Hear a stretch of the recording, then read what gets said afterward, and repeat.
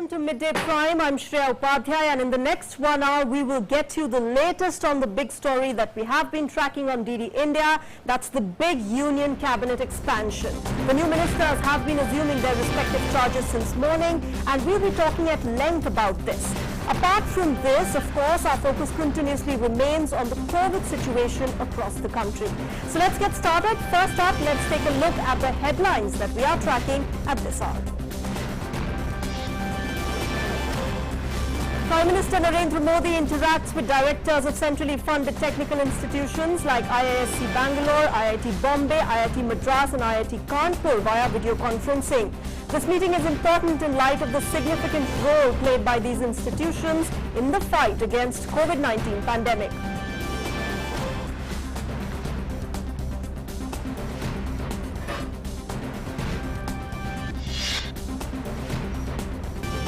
New union ministers take charge today. Hardeep Singh Puri takes charge of the Petroleum and Natural Gas Ministry. Mansukh Mandavia takes charge of the Health Ministry. Ashwini Vaishnaw assumes the charge of Communications, IT and Railway Ministries, while Anurag Thakur takes charge of the INB Ministry. Meanwhile, Prime Minister Narendra Modi has called a meeting of the Cabinet and the Council of Ministers today evening. More than 36.48 crore doses of COVID-19 vaccines administered so far. Recovery rate stands at 97.18%. 45,892 new cases reported in the last 24 hours. In other news, 4 terrorists killed in 2 separate encounters in Jammu and Kashmir's Puchal area of Pulwama and Zodar area of Kulgam. Search operations by security forces underway.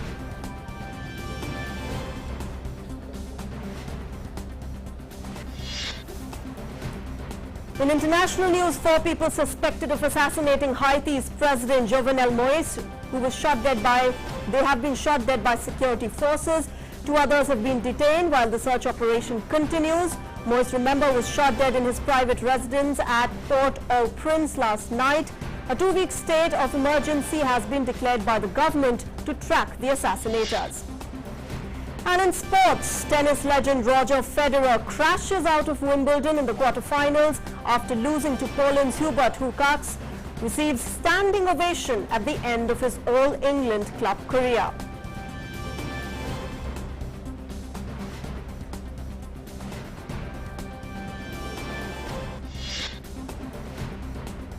And in Euro 2020, England beat Denmark 2-1 in the semi-final at the Wembley Stadium last night. They will play against Italy in the finals.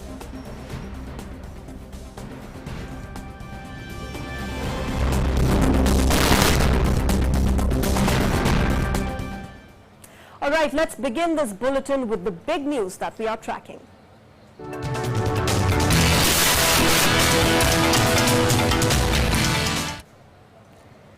Now, after the big union cabinet reshuffle on Wednesday, Prime Minister Narendra Modi today began work with the new ministers.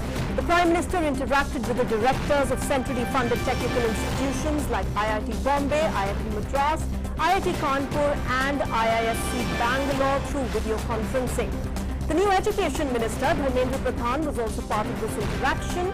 The meeting, remember, is important in light of the significant role played by the technical institutions in the effective fight against COVID-19 pandemic.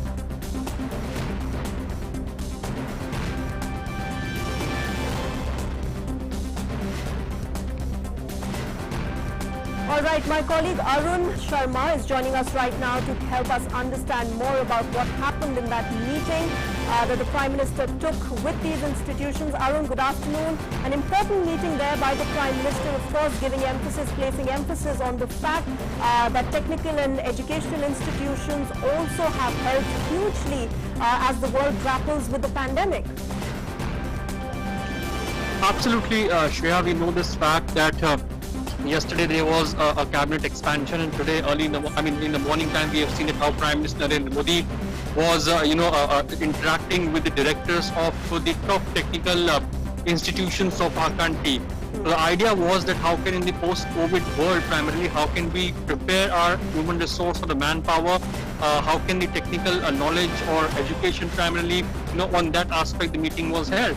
Now the top directors from the institutions like IIM, IITs and various other technical universities and institutions were present over there in the meeting. So Prime Minister Narendra Modi also listened to the ideas and various inputs from these top technical directors as well. And Prime Minister Narendra Modi also shared his vision as to in this post-COVID world, what will be the likelihood as far as India's manpower is concerned, India's skilled manpower primarily is concerned.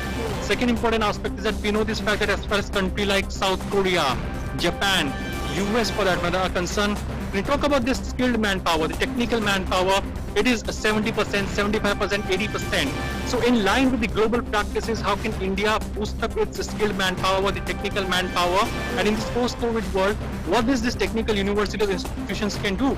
As far as contributing in the technical aspect of our country. Because in this COVID pandemic time, we have seen that how institutions like IIT and IIMs have contributed massively as far as innovations are concerned. So in that context, primarily this meeting was very much significant, Shreya. And Arun, obviously, of course, yesterday the Prime Minister also in that big cabinet reshuffle, he is now taking charge of the Ministry of, Science and Tech also. So clearly, science and tech and innovation and research of course goes hand in hand, and like you said, technical institutions really have a huge role to play. But what is the kind of response that he got from these institutions? What are their plans in the post-pandemic time that we are living in the fight against the COVID-19 pandemic? Oh, that's right. So we know this fact that top developed countries primarily spend a lot as far as research and development is concerned, science and tech is concerned. And Prime Minister Narendra Modi's leadership, has shown and led this way that how can India focus upon the fact how can research and development in our country can be done. Yeah. And that's the reason science and tech is something which is very much close to the heart of Prime Minister Narendra Modi as well. When we talk about innovations, science and tech, research and development, these are some of the subjects that is very close to the heart of Prime Minister Narendra Modi. And in that context only we have seen that how, in last 7 years we have seen that how the focus was on innovations, that's number one. The focus was on, skilled manpower, creating a skilled manpower with value additions. That was the focus area that, Prime Minister Narendra Modi has often spoken about. And last but not the least, that how in post-COVID pandemic world, how we should prepare our manpower, how the technical team primarily or the technical manpower, the skilled manpower should look like. In that context, this was very much important meeting. Dharmendra Pradhan, the education minister, was also present in this meeting. So this is very much important as in post-COVID world, how will be the technical, practical knowledges will be given to the students, because more and more virtual lessons are being given as far as, the technical part is concerned. So how can, more practical knowledge, practical approach can be adopted as far as the curriculums are concerned, as far as students are concerned, how can we prepare our students or the manpower for the future or in this post-COVID world. In this new decade, that means from 2021 till 2030, India is going to take a lead as far as human resource or manpower is concerned. And when we talk about the technical knowledge, technical know-hows, practical knowledge, practical approach. So in that context, these institutions play an important role. So yes, indeed, immediately after the cabinet expansion, we know this fact. Today, Prime Minister Narendra Modi taking and interacting with the directors of the top technical universities speaks a lot about that, how Prime Minister Narendra Modi is focusing upon the fact about the technical aspect, the manpower and the skilled manpower primarily. Absolutely. And Arun, since the new Education Minister, Mr. Dharmendra Pradhan, was also present in the meeting, let me quickly also ask you about, the challenges that lie ahead of him now that he's assumed the charge of the Education Ministry. Shreya, your voice is not very much audible to me, but yes, we know this fact. You talked about the Education Minister, Dharmendra Pradhan was also present in this meeting. But yes, we have seen that how in this new cabinet, the focus is on balancing or blending the youngsters and of course the experienced hands when we talk about this new cabinet. And when we talk about this cabinet expansion, yes, there are 11 women ministers as far as this new cabinet is concerned. So there's a blending between the youngsters and of course the experienced hands as well.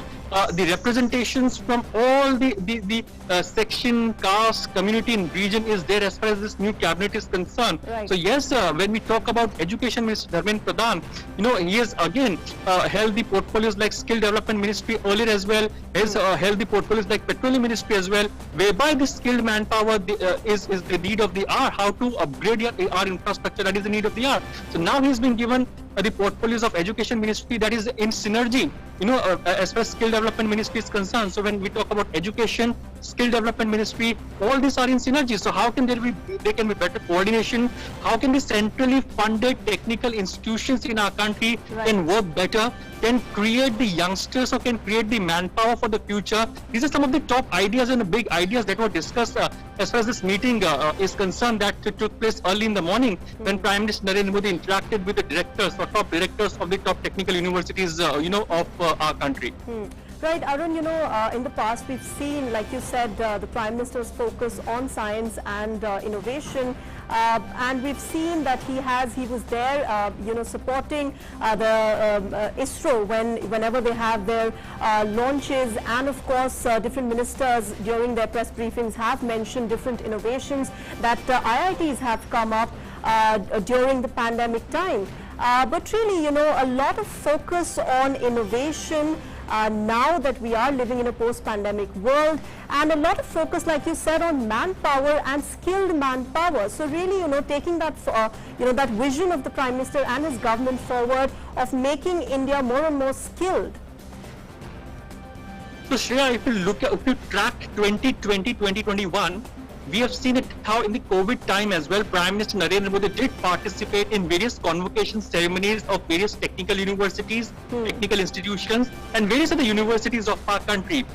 We have seen that how Prime Minister Narendra Modi has ensured that in last 7 years, how can IITs in our country, triple IITs in our country, IIMs in our country can be increased. And these institutions are now not only limited to big cities or metro cities, now they are being opened up in tier 2 town, tier 3 town, northeastern part of the country. Even Ladakh is going to get many technical universities, sports universities. Right. So this speaks a lot about the fact that how Prime Minister Narendra Modi, the leadership is focusing upon the young talent, youngsters. Yes. Second is of course innovation aspect as well.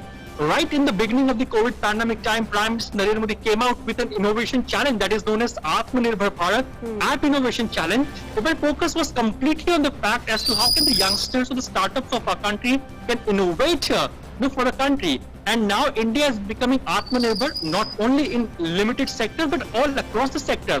When we look at the new cabinet or when we look at this new team of Prime Minister Narendra Modi, the focus of all these ministries is that vision of these all ministers is that how can they create an Atmanirbhar Bharat. I mean, yesterday if you look at the tweet of various new cabinet ministers and the MOS and the independent charge, all those ministers are having, they have tweeted the fact that their focus is how to make India Atmanirbhar. And in order to make India Atmanirbhar, it is very much important that the young talent of our country do come forward and start innovating. So science and tech, innovation, yes, these are very close to the heart of Prime Minister Narendra Modi. And in that context, in last 7 years, we have seen a proper ecosystem has been created. When we talk about the startup culture of our country, India is in top destinations as far as top ecosystems in the world, where startup culture is there. So yes, the focus is completely on innovations, science and tech, research and development. And in that context, if you look at the shape and the color of this new cabinet, the focus is again on the fact that how can, Atmanirbhar Bharat can be made.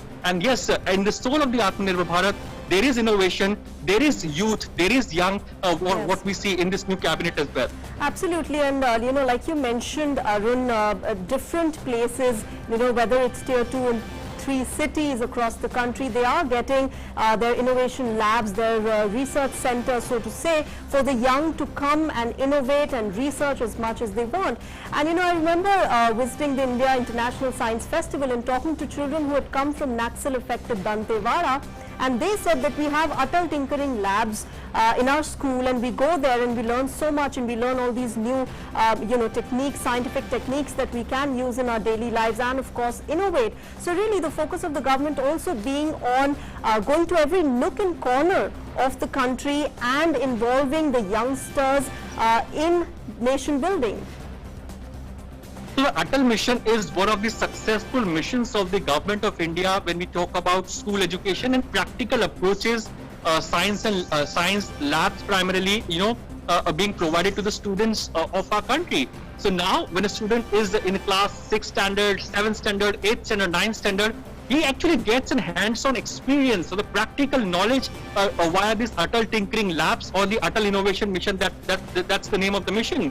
The Atal Tinkering Labs are not only limited to the big cities; they are being opened in the far-flung areas, northeastern part of the country, tier 2 and tier 3 cities. We know this fact. But and in last 7 years, we have seen that apart from Atal Tinkering Labs, that has played an important role in providing practical knowledge and practical approach and innovative mindset to the students.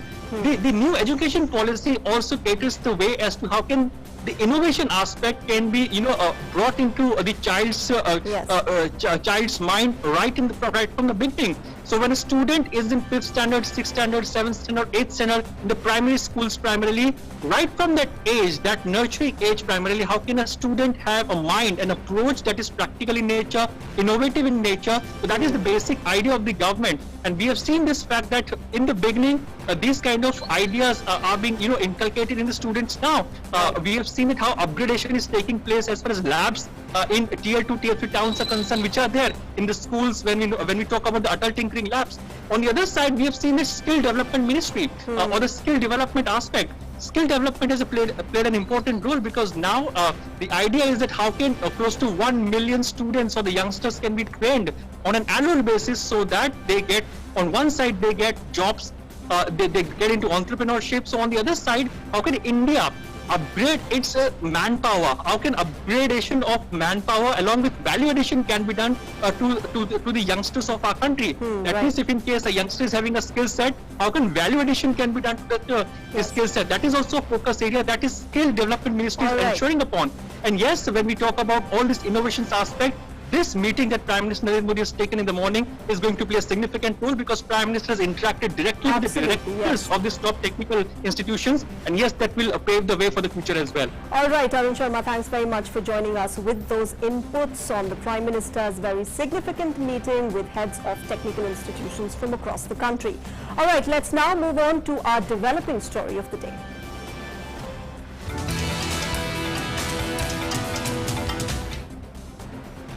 Well, the Union Cabinet and the Council of Ministers will meet today, a day after Prime Minister Narendra Modi carried out a major expansion and reshuffle of his ministers.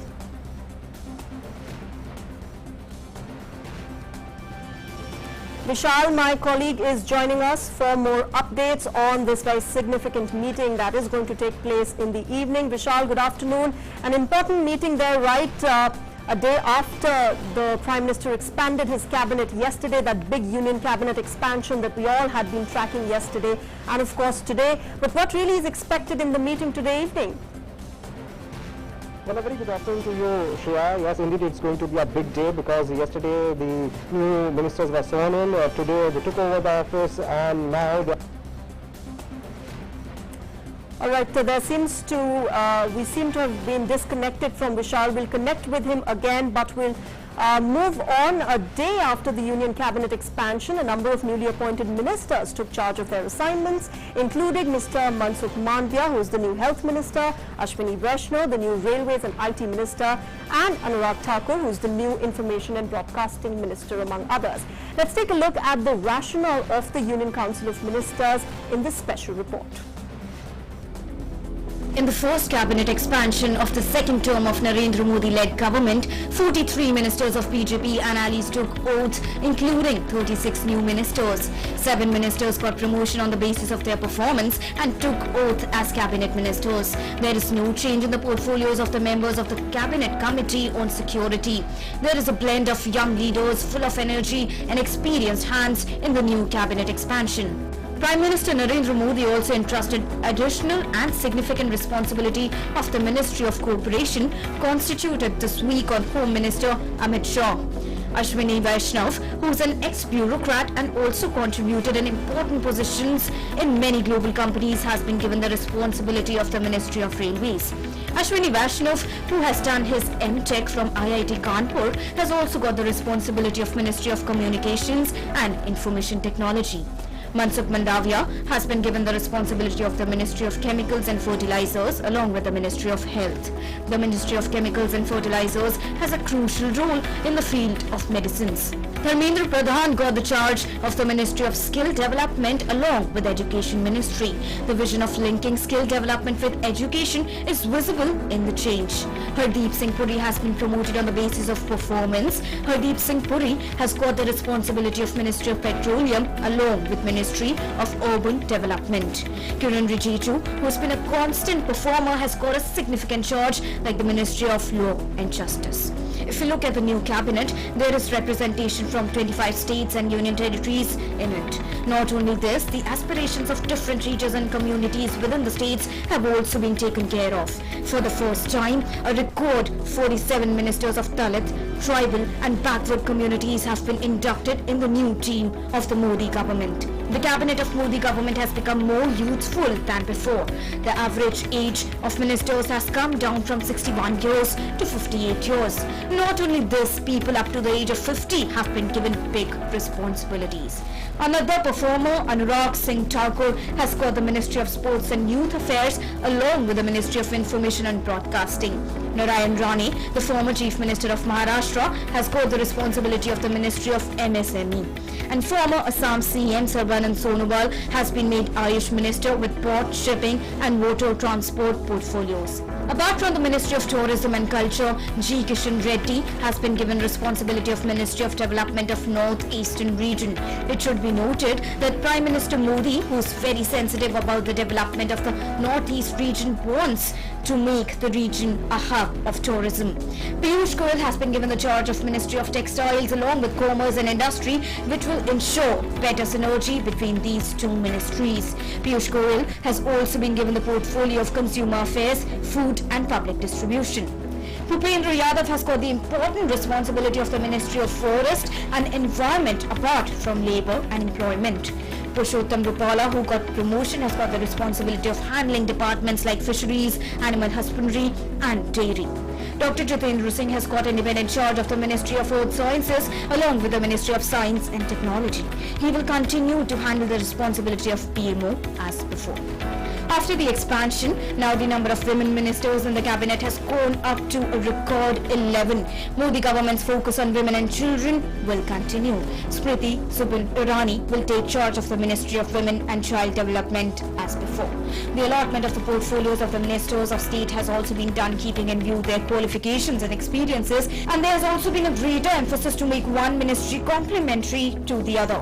In the last 7 years, Prime Minister Narendra Modi's mantra of Sabka Saath, Sabka Vikas and Sabka Vishwas has ensured that aspirations of 130 crore Indians gets accomplished. Prime Minister Modi's cabinet expansion will now focus on making India Atmanirbhar. Bureau Report, DD India. All right, Anurag Thakur today assumed his charge as the Minister of Information and Broadcasting. Speaking with the media on the occasion, the minister said Prime Minister Narendra Modi has made strenuous efforts to take the nation forward in the last 7 years, and that as Minister of INB, it will be his responsibility to take that mission forward. Anurag Thakur said that he will make all efforts to deliver on the responsibilities placed on him by the Prime Minister, and he looked forward to the cooperation of media in his efforts. The minister was welcomed in his chamber by INB Secretary Mr. Amit Khare.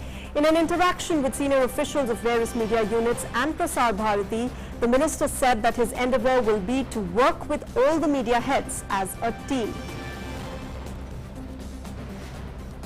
दुनिया के सबसे बड़े लोकतंत्र में जहां मोदी जी ने देश को आगे ले जाने का बहुत शानदार काम किया है पिछले 7 वर्षों में, सूचना प्रसारण मंत्रालय के माध्यम से हम कैसे और जन जन तक पहुंच पाएं और क्या क्या काम जो पीछे मुझसे पूर्व बहुत बड़े लोगों ने यहाँ पर किए हैं उनको मैं भी आगे बढ़ा पाऊं।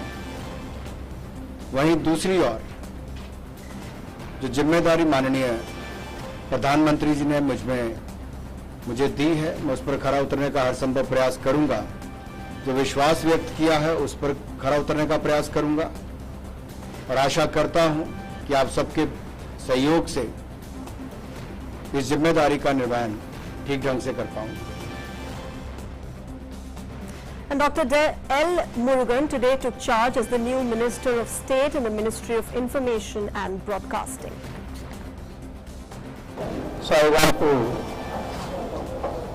thank Honorable Prime Minister Shri Narendra Modi ji. I get opportunity to serve the country. I am going to the bridge between Tamil Nadu and the central government and the Tamil Nadu development. Kiren Rijiju today took charge as the new Minister of Law and Justice. On the occasion, Kiren Rijiju said that it is a huge responsibility for him to function as a Minister for Law and Justice. He added that fulfilling public expectations will be his priority.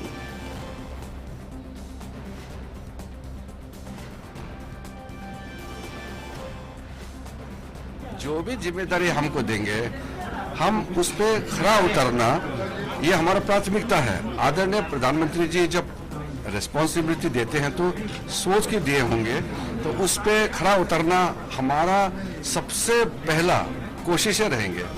जनता की अपेक्षाओं को पूरा करना, आकांक्षाएं हैं, अपेक्षा है, उसको पूरा करना। इसलिए मैं मानता हूं कि जो भी जिम्मेदारी मिलता है दिल लगा के काम करना चाहिए। And Mansukh Mandviya today took charge as the new Minister for Health and Family Welfare. Later in a tweet, he said that he is determined to serve the people tirelessly. He added that it is his endeavour to work towards realising Prime Minister Modi's dream of a healthy India.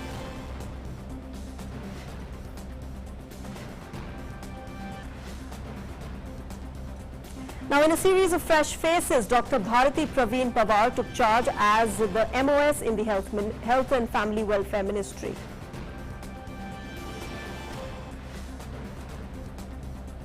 Narayan Tatu Rane took charge as the new Minister of Micro, Small and Medium Enterprises.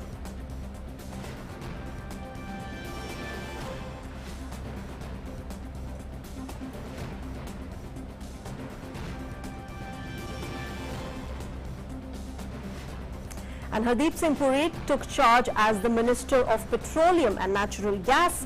Ex-Minister Dharmendra Pradhan greeted him on the occasion.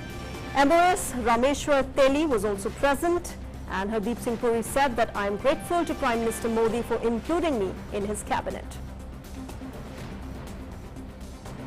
अभी मैं सिर्फ यही कहना चाहूँगा कि I feel greatly honoured and privileged by the trust that has been reposed by the Honourable Prime Minister Shri Narendra Modi ji, who has included me as a member of his team and assigned to me the work of this important ministry, which was so ably led by Shri Dharmendra Pradhan ji till now. Meanwhile, Ashwini Vaishnaw today took charge as the new Minister of Electronics and Information Technology.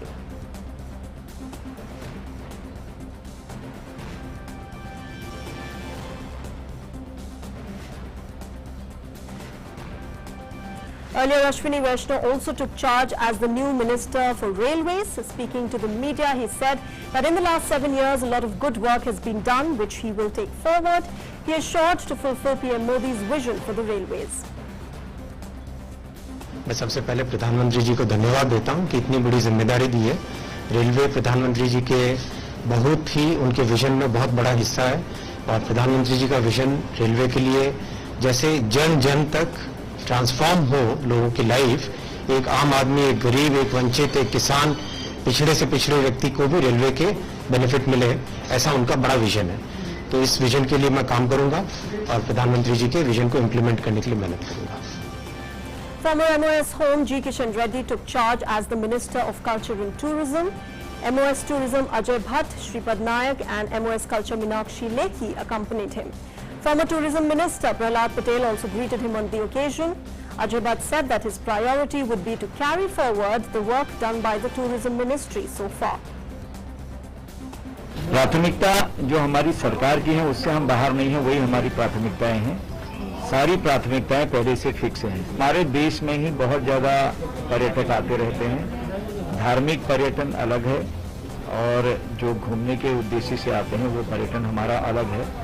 उसकी पूरी तरह से study करने के बाद पता लगेगा कि हमें और क्या क्या करने की आवश्यकता है।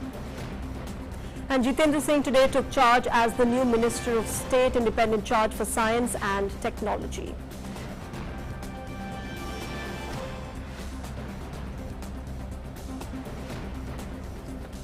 Meanwhile, John Balla took charge as the Minister of State for Minority Affairs in the presence of Union Minister for Minority Affairs, Mukhtar Abbas Naqvi.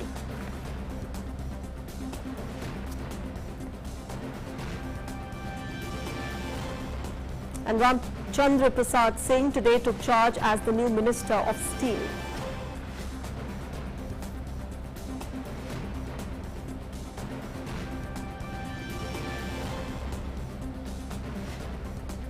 All right, let's understand this big union cabinet expansion by Prime Minister Modi. Yesterday, we are joined by our guest, Mr. Prafullit Ketkar. Mr. Ketkar, thanks very much for joining us on DD India. Now, this has been a very interesting cabinet expansion, extremely interesting because for the simple reason that one, it is one of the youngest, the average age is about 58. Another thing is that it has many firsts. You know, you see Kiren Rijiju, who is from Arunachal, then you have an MP from Tripura who has been included, and of course women also being you know, at the forefront in Prime Minister Modi's cabinet. So really a lot of interesting changes that have happened yesterday. How do you see this? Certainly, this is not just a reshuffle. It is a, you know, in a way, a complete overall, in a almost a mid-way of a term. Yes. Taking the stock of the things and redefining the priorities in the post-COVID situation. You clearly see that the key ministries, top 3 or 4, they remain intact. While other deliverables are now going to get redefined, the new energy is being induced, the younger faces, right kind of combinations. Many ministries are supported by 2 or 3 state ministers who are young and can bring in new ideas. So it's a very, you know, comprehensive and meticulous exercise. Especially if you see the way Education Ministry and Skill Development Ministry is now combined with one minister. That is, you know, such initiatives are going to make a huge impact, and for that matter, even the railways and IT. These are the things which are going to, now it is up to the government and the new ministers how they are going to respond to the challenges. Challenges I'm saying because we know that many initiatives are already taken, whether it's related to health infrastructure during the COVID situation, or Jal Jeevan Mission, or taking internet and data to the rural masses. But now the speed and you know, giving boost to the indigenous technology, that is going to be the priority. How this new team works on the delivery as well as the perception management, because ultimately this is also a political exercise. So on the one hand, governance parameters, and on the other hand, the political perceptions, both are to be managed. And I think in the next almost just more than 2.5 years, this will be the priority and challenge for the new team. Okay, Mr. Ketkar, I'll come to the challenges later, but since you mentioned, you know, perception building and how it is also about political perceptions, now there are a lot of theories that have been going around since yesterday, that the reshuffle, the overhaul has been really, well, one, it is performance-based, second, that the BJP is eyeing its elections later, and of course, perception building. So what really, according to you, has been the main reason of this expansion? No, see, earlier the reshuffle exercise used to be much more political with, various interest groups influencing the decision making.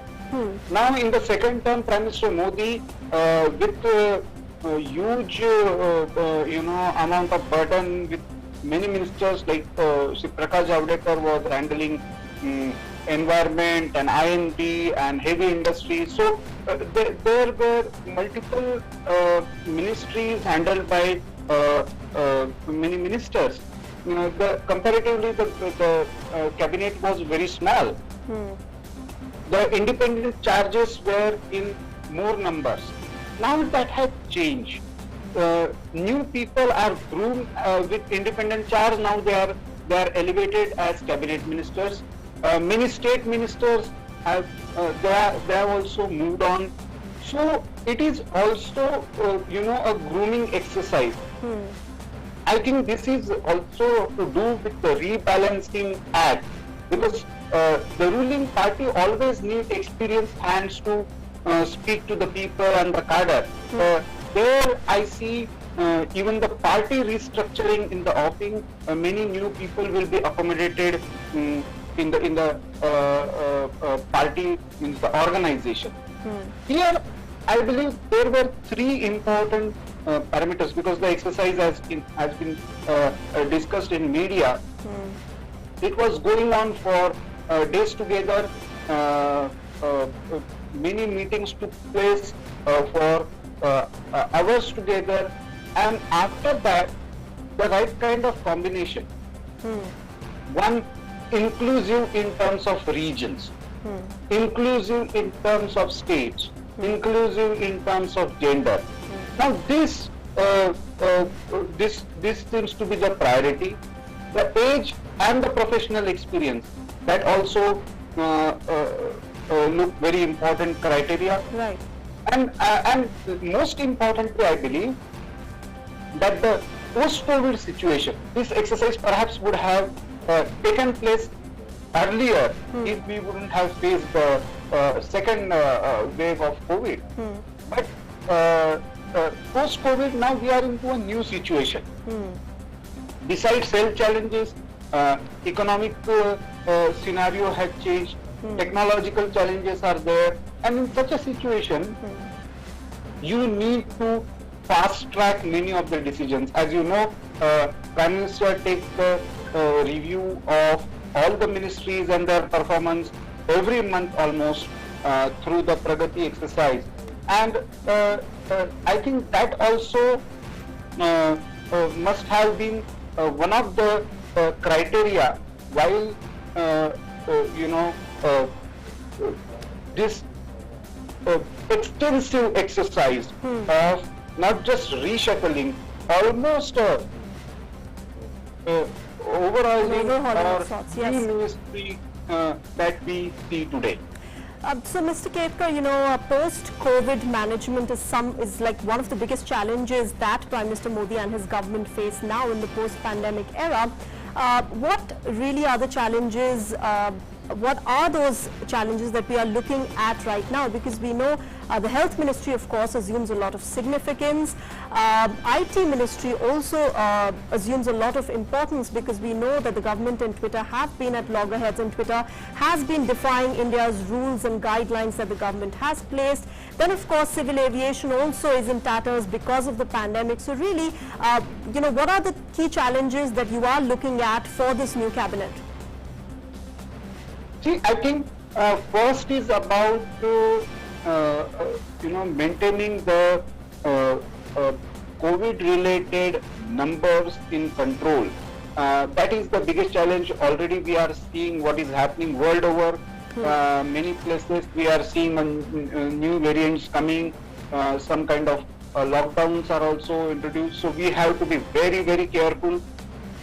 There are many places. So how are we going to do that? And most importantly, infrastructure-wise, resources-wise, how we are going to respond to if the third wave of COVID hit again to our society.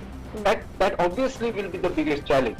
But besides that, during this difficult situation, how to revive the economic indicators. Now, fortunately, when it comes to hiring, in last 2-3 months, we are also already seeing positive indicators from 10% to 35%. We have seen the human resource indication by various private agencies. It means that industry and other service sector is coming back on track.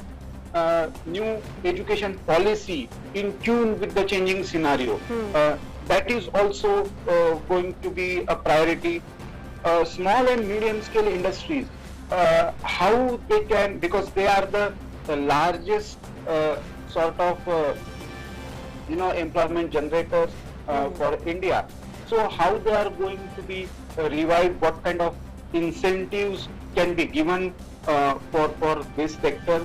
All these issues are very important. And as you mentioned, technology is going to play a very, very crucial role. I see two aspects to it. One is the monopolization of data by multinational or foreign entities. That is the key issue which we will have to be handled not just technologically but even legally. We are facing challenges with the social media platform who claim to be intermediaries but act as editors. Fake news too. Fake news is also part of that. Yes. So that is one aspect. But beyond that, the real challenge perhaps is creating alternatives. How far indigenous technology can be, encouraged. Now the global supply chains are disturbed. There are a lot of opportunities. Many companies coming out of China or Hong Kong, they are looking for new places. They are looking for new kind of investment. Still, in terms of confidence, global investors have, positive considerations about India and Indian economy. I think we need to take benefit of it, and we need to generate that confidence that in the future, despite all the post-COVID challenges, India is a shining spot as far as the growth, economic growth and inclusive growth is concerned. All right, lastly, Mr. Ketkar, an important decision also there with Prime Minister Modi taking charge of the Science and Technology Ministry. So really placing emphasis, especially in a post-pandemic time, how innovation and research are so very important to our existence right now. And today morning, of course, he interacted with the heads of technical institutions. So really, setting the agenda straight that our focus is on research and innovation in the next few decades. See, when we are talking about the Industrial Revolution 4.0 and the issues related to artificial intelligence and digital technology or digital based, other kind of skills and technological innovations, we have seen many kind of innovations even during the COVID period. The way our industries transformed for the needs of, say, PPE kits or even ventilators or oxygen cylinders, that is really remarkable. Many times we do not appreciate those efforts and initiatives by Indians. But what we need is systematic efforts and institutional infrastructure to promote R&D, the fundamental research in the technological field. If we see what is happening in China, especially the chip related, the way they are trying to capture the market, or even for that matter solar and other alternative forms of energy, it is really remarkable. They can do that because there is a one-party government. Here we have a challenge democracy and plus the resource allocation. Yes. So here we will have to be very creative Right. by creating public-private partnerships to promote research, and through research, technology and employability, economic growth. Yes, absolutely. All right, Mr. Praful Ketkar, thanks very much for joining us on Midday Prime on DD India and sharing your perspective on that big union cabinet expansion that happened yesterday. All right, moving on to our national prime segment now.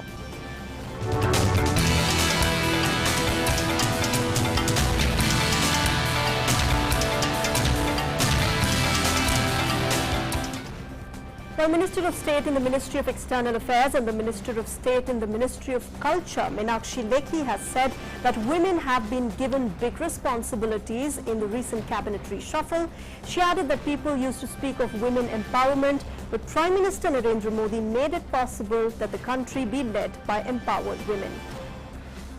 महिलाओं को बड़ी जिम्मेदारी दी है, वो भी प्रधानमंत्री जी की एक बहुत दूर की सोच है, क्योंकि लोग अब तक महिला सशक्तिकरण की बात करते रहे, लेकिन सशक्त महिलाओं के द्वारा देश का नेतृत्व हो, ऐसा प्रधानमंत्री जी ने करके दिखाया है। जो भी शपथ के शब्द हैं, उसमें से एक भी शब्द निरर्थक नहीं होगा और हम पूरा प्रयास करेंगे उसके एक एक शब्द में जान डालने का। मोदी जी के अपने कोई सपने नहीं है, बल्कि मोदी जी भारत के सपनों को पूरा करने में लगे हुए हैं, और जब वो भारत के सपनों को पूरा कर रहे हैं तो उसमें विदेश नीति का भी एक बहुत बड़ा हिस्सा है कि भारत का जो सही प्रोजेक्शन है वो दुनिया के आगे हो सके। Okay, now let's quickly look at the COVID numbers from across India. India continues to see a decline in the COVID-19 cases. The country has so far registered 36.48 crore vaccine doses, which have been administered so far under the nationwide vaccination drive. 45,892 daily new cases have been reported in the last 24 hours. India's active caseload has declined to 4,60,704. And active cases constitute 1.5% of the total cases. Now, over 2.98 crore recoveries have been recorded so far across the country, out of which over 44,291 patients recovered during the last 24 hours. With this, the recovery rate has increased to 97.18%.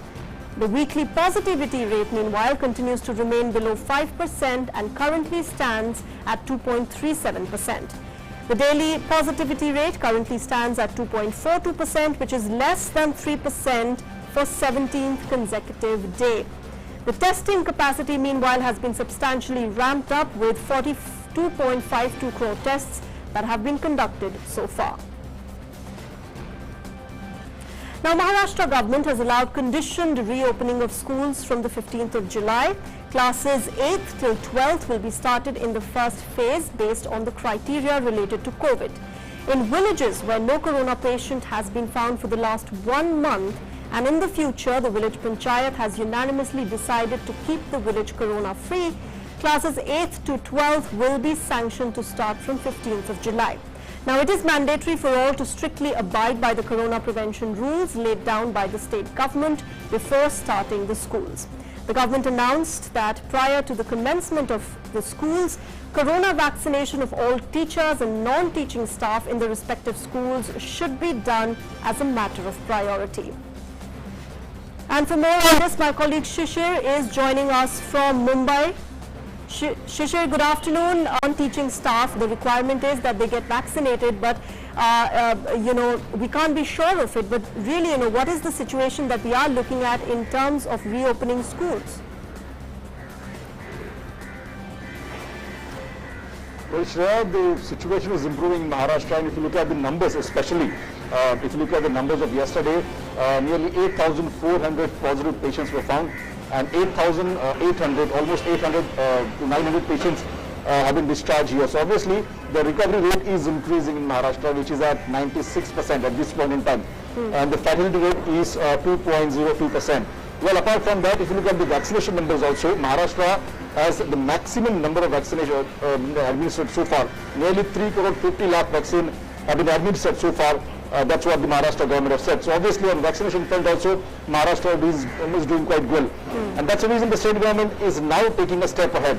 As far as the schools are concerned, the state education department have taken a decision that from 15th of July, schools in rural areas where the positivity ratio is almost zero, or the villages which are COVID-free, in those particular areas, the Maharashtra government is planning to start the school between 8th to 12th standard.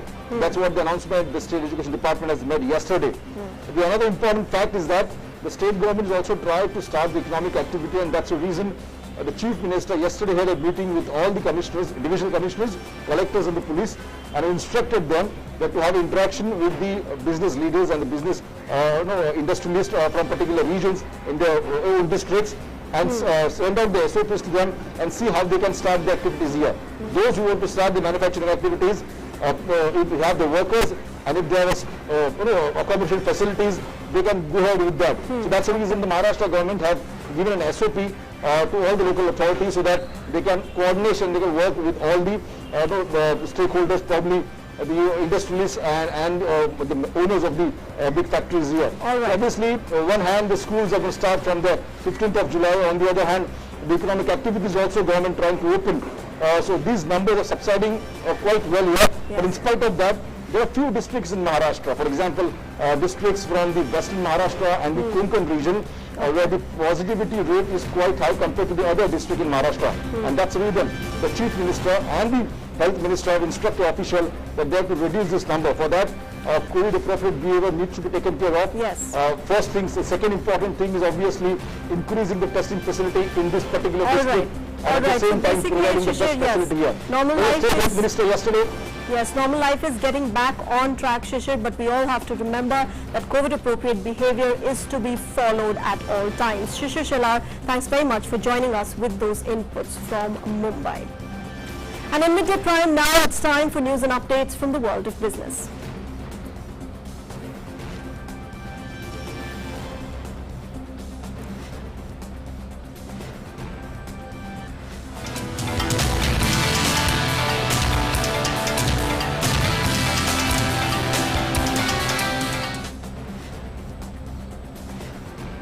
Well, my colleague Tandi is joining us for everything that is making news in the world of business. Tandi, over to you.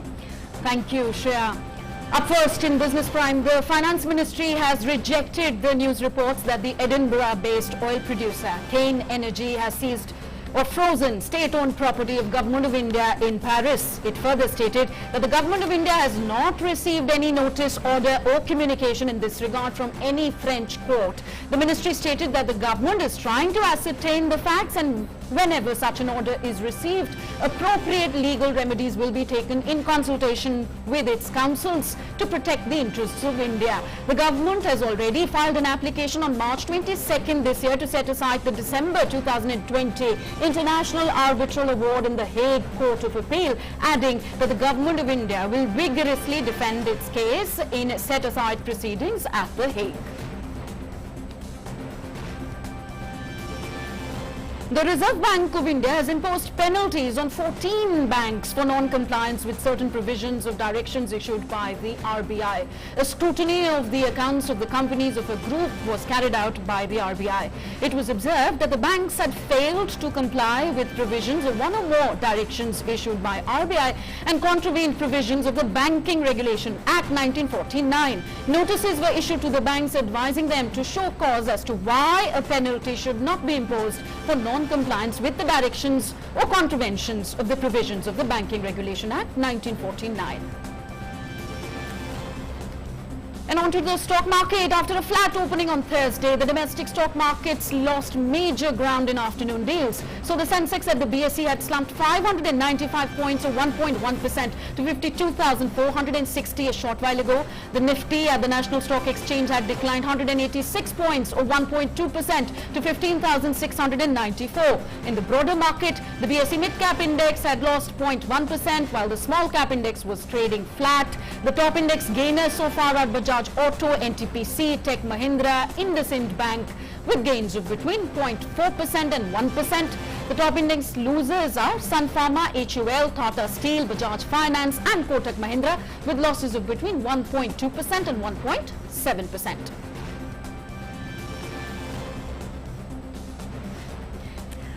Yes, that's it in Business Prime. Back to you, Shreya. All right, Tanvi, thanks very much for all those updates from business. And that's all that we have time for in Midday Prime. But before we go, let's take you on a tour to Mexico, where Mexicans stepped into the world of Frida Kahlo. An exhibition full of bright and colorful projections brought the art of Frida's work to life, and viewers were immediately surrounded by Kahlo's famous paintings like the two Fridas, Me and My Parrots, and Self-Portrait with Cropped Hair. The walk through digital art installation celebrates Kahlo's life, especially timed for her 114th birthday on Wednesday. Thanks very much for joining us on Midday Prime. Take a look at those visuals. Namaskar.